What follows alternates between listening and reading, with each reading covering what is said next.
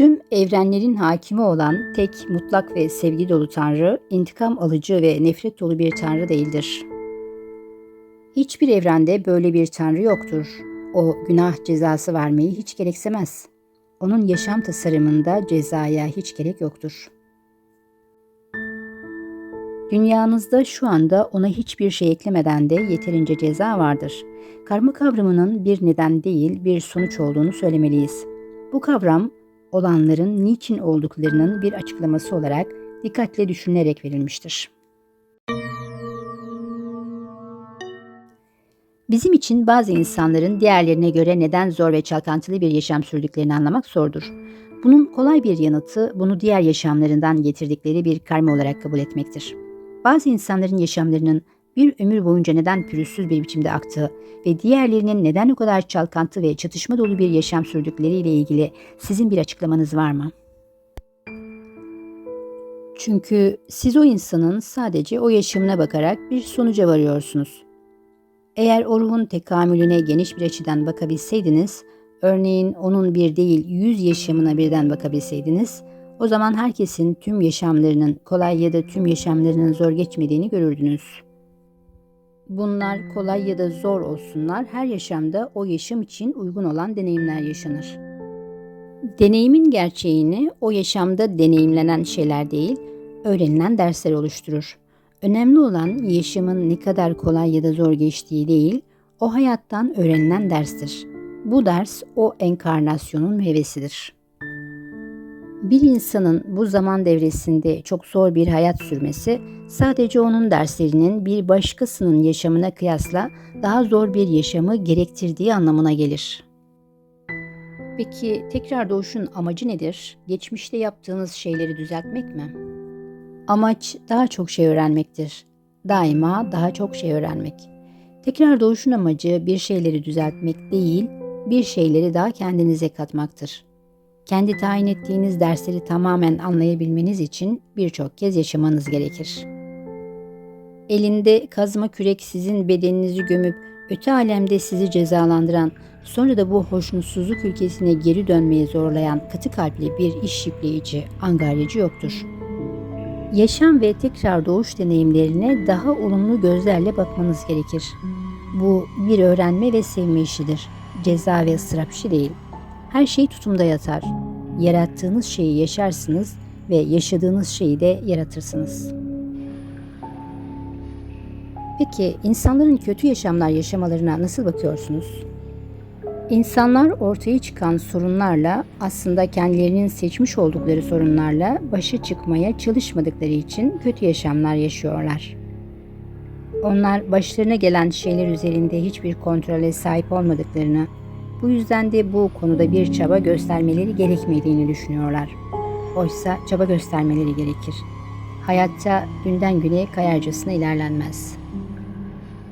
Yaşamları sırasında çok olumsuz şeyler yapan insanlar var. Bu hangi amaca hizmet eder? Bazen bunu yapan tümüyle o kişi değildir. Bazen işin içine başka güçler karışır ve bu diğer insanlara bir insanın ne kadar aşağılara düşebileceğini göstermekten, onların vicdan mekanizmalarını harekete geçiren bir ibret olmaktan başka bir amaca hizmet etmez. Bu açıdan o amaca hizmet eder. Ama o insan ya da ruh ne kadar aşağılara yuvarlanmış olursa olsun, daima çaba göstererek, sorunlarıyla yüzleşerek kendini o durumdan kurtarabilir. İşte üzerinde çalışılması, çaba gösterilmesi gereken şey budur. Mükemmelliğe, kusursuzluğa ulaşmanın tek yolunun tüm bu dersleri öğrenmek olduğunu düşünüyorum ki bunu dünya kıtında başarmak çok zor. İnsan kusurlu olanı deneyimleyerek kusursuz olanı öğrenir.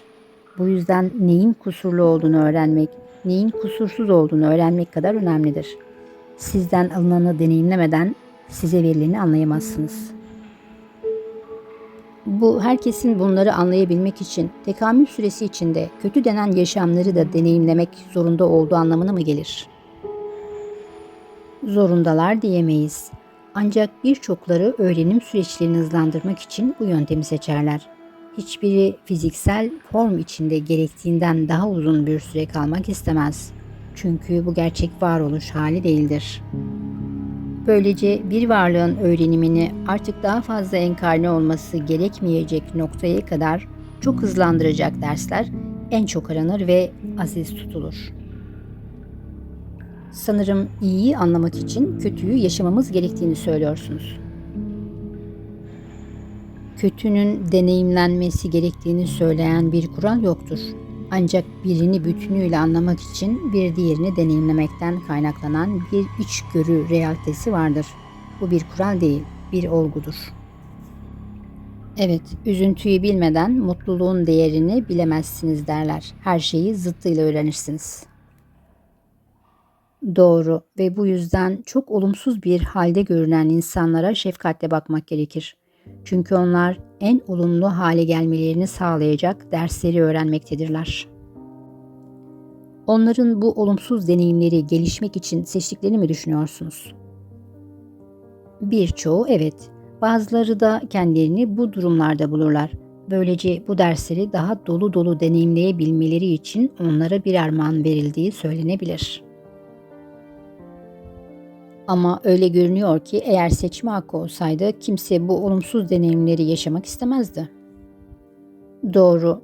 Bir insanın böyle bir deneyimi neden seçtiğini anlayabilmek için deneyimin ötesine, kazanılan derslere bakması gerekir. Eğer kişi şu ya da bu kötü deneyimlerden zevk alsaydı, bu sağlıklı bir kişilik olmazdı. Bu uyumsuzluk, uyumlu olanı idrak etmek ve onun değerini anlayabilmek için başlı başına bir derstir ve dersler bu şekilde öğrenilir. Ben enkarne olan birinin geçmişte yaptığı bir şeyin bedelini geri ödemek için olumsuz deneyimler geçirmeye karar verebileceğini düşünüyordum. Buna geri ödemek diyemeyiz. Çünkü bu doğru bir evrensel yasa kavramı olmaz. Bir insanın bir eylemin vuku bulmasının ardındaki muhakemeyi anlaması ile de gerekebilir ki o konuda aydınlansın ve bu eylem tekrarlanıp onun gelişimini engellemesin. Bu farkındalığı oluşturabilmek için de o varlığın karşı realiteyi deneyimlemesi gerekecektir. Ben de bunu kastediyordum. Onlar deneyimlerini amaçlı olarak seçiyorlar. Ama bir kez fiziksel aleme indikten sonra bunu aşırı yapabilecekleri konusunda uyarılıyorlar mı?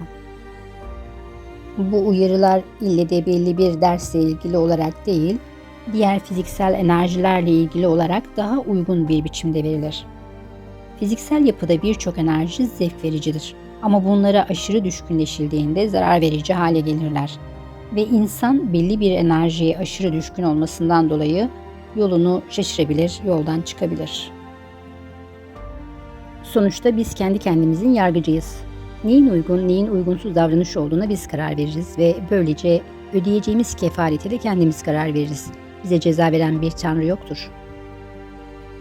Evet, ancak varlığın farkındalığının bir şeye aşırı düşkünleşmesi yüzünden çok karardığı, onun içgörüsünü yitirdiği ve sorunun genişliğini kavrayamadığı bazı durumlar vardır. O zaman yüksek rehberlerin bu varlığın farkındalığının temizlenmesi için gerekli deneyimleri yaşamasına yardımcı olmaları gerekir. Birçokları niyet ettikleri hedeflerine giden yolu kaybeder ve aynı olumsuz deneyimleri sürdürürler. Bu enkarnasyonun içerdiği risklerden biridir. Varlıklar enkarne olacakları her seferinde rehberleri onları fiziksel enerjilere aşırı düşkünleşerek yollarını kaybedecekleri konusunda uyarırlar. Varlık kendisine akışik kayıtlar ve evrensel gerçeklerden aktarılan bilgi ile kendi yolunu kendi seçmelidir. Bu bilgi ile bu varlık o enkarnasyon için neyin en uygun olduğuna ve realiteyi tezahür ettirecek koşullara karar verir. Peki günah diye bir şey var mıdır? Bir açıdan bakıldığında günah diye bir şey yoktur. Bir başka açıdan bakıldığında ise günah temelde yanlış olduğunu bildiğiniz şeyi yapmaktır. Onu bilerek yapmaktır. Onun yanlış olduğunu bilmiyorsanız günah işleyemezsiniz. Günah işleyebilmek için ahlaki değerlere sahip olmanız gerekir. İşte burada insan hayvandan ayrılır. İnsan vicdan sahibidir. O bir insanı öldürdüğünde eğer bunun yanlış olduğunu biliyorsa bu bir tür günahtır. Bir hayvan bunu yaptığında bunu bilmeden yapar. Bu yüzden de bir günah işlememiş olur. O bunu çoğunlukla hayatta kalabilmek ya da yiyecek bulabilmek için yapar. Yani asla anlamsızca yapmaz. Siz onları incitmek istemeyecek, onların acılarını kendi acınız gibi hissedecek noktaya kadar diğer insanların farkında olmayı, onlara karşı duyarlı olmayı öğrenmek zorundasınız. Sizin aleminizde herhangi bir şeyin günah sayılıp sayılmadığını daima merak etmişimdir. Bu alemde bunlar büyük adaletsizlikler, haksızlıklar olarak görülürler. Ancak İncil birçok şeyin günah olduğunu söylüyor. Katoliklerin düşünüp buldukları 7 ölümcül günah gibi. Size günah olduğu söylenen birçok şey insanları kontrol altında tutmak için sonradan eklenmiş şeylerdir. O halde öte alemdeki varlıklar bunları olumsuz şeyler olarak görmüyorlar, öyle mi? Bazıları böyle görür. Ama her varlık kendi karmasını kendi halletmek zorundadır. Bir insanı ebediyen cehennem ateşine atan bir ceza sistemi yoktur. Bir varlık kendisini bu şekilde cezalandırmadıkça böyle bir şey vuku bulmaz.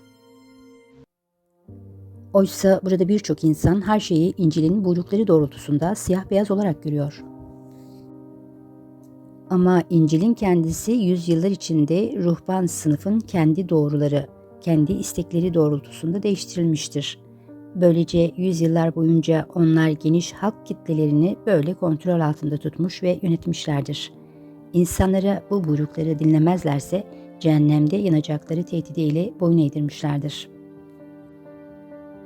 Siz asla tek bir yolu nihai yüksek bir yol olarak görmemelisiniz. Çünkü her yolda gerçekler ve yalanlar bulunur. Siz kendi gerçeğinizi bulmak için tüm yaşamınız boyunca onları kalburdan geçirmelisiniz. Bunun başkaları için de bir gerçek olması gerekmez ve siz bunu da kabul etmelisiniz. Farklı olmak kolay bir yol değildir.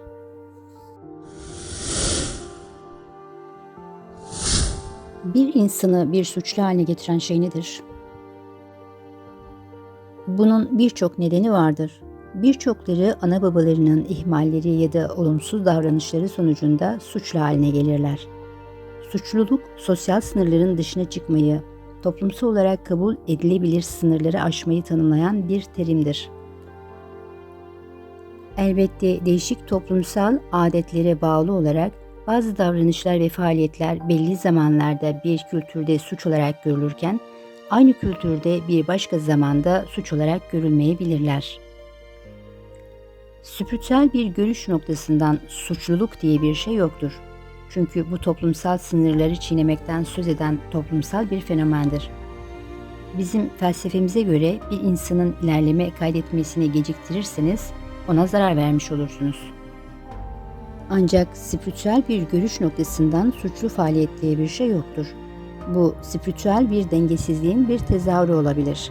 Bununla birlikte o spiritüel olarak değil, toplumsal olarak suçlu olur. Eğer insan kendi kendini cezalandırıyorsa, örneğin bir katil kendini nasıl cezalandıracaktır? Örneğin o hayatının en mutlu olduğu en mükemmel döneminde ölmeyi seçebilir. Bu şekilde o kendini daha önce hayatını kesintiye uğrattığı o insanın yerine koyarak cezalandırmış olur. O bu hayatın ansızın sona erdirilmesinin nasıl bir duygu verdiğini bilmek zorundadır. Yani olayı karşı tarafın gözüyle görmek zorunda olacaktır. Hepimiz böyle vakaları biliriz. Bu anlaşılması en zor şeylerden biridir. Görünüşte kimseye zarar vermemiş iyi insanların neden hayatlarının en mükemmel dönemlerinde ölüp gittiklerini ve neden bazılarının yaşamlarının rüyasını nihayet gerçekleştirdikleri sırada öldüklerini anlayamayız. Bu daima bize haksızlık olarak görünür. Ama karmanın her şeyi dengeleyen terazisi açısından her şey olması gerektiği gibi olmaktadır. Ben bir katilin bir başkası tarafından öldürülerek karma borcunu ödeyeceğini düşünmüştüm. Göze göz, dişe diş misali. Başka alternatifler vardır. Çünkü eğer onun karma borcundan kurtulmasının tek yolu bir başkası tarafından öldürülmesi olsaydı, bu o olumsuz karmayı bir başkasına geçirmek olurdu.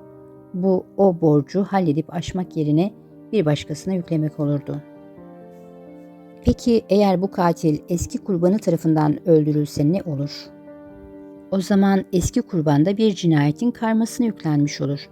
O eski bir enkarnasyonunda öldürülmüş de olsa dönüp bir başka insanı öldürmek o karmayı halletmez. Bu daha çok ağır ve şiddetli bir çözüm yoludur. Daha yumuşak başka alternatifler vardır ve yumuşak bir biçimde halletmek uzun vadede daha iyi sonuç verir. Deneklerle yaptığım çalışmalarda bazen insanların eski bir yaşamda öldürdükleri kurbanlarıyla bu yaşamlarında aynı ailede doğduklarını gördüm. Bu durumlarda onlar birbirleriyle olan karmalarını sevgiyle halletmeye çalışırlar. Bu o yumuşak yollardan biri olabilir. Ayrıca önceki bölümlerden birinde belirtildiği gibi insanın bu yaşamında geçmişte öldürdüğü kişinin hizmetkarı ya da koruyucusu olması, böylece yaşamını bu insana adayarak geçirmesi de bu karmayı halletmenin yumuşak bir yolu olabilir.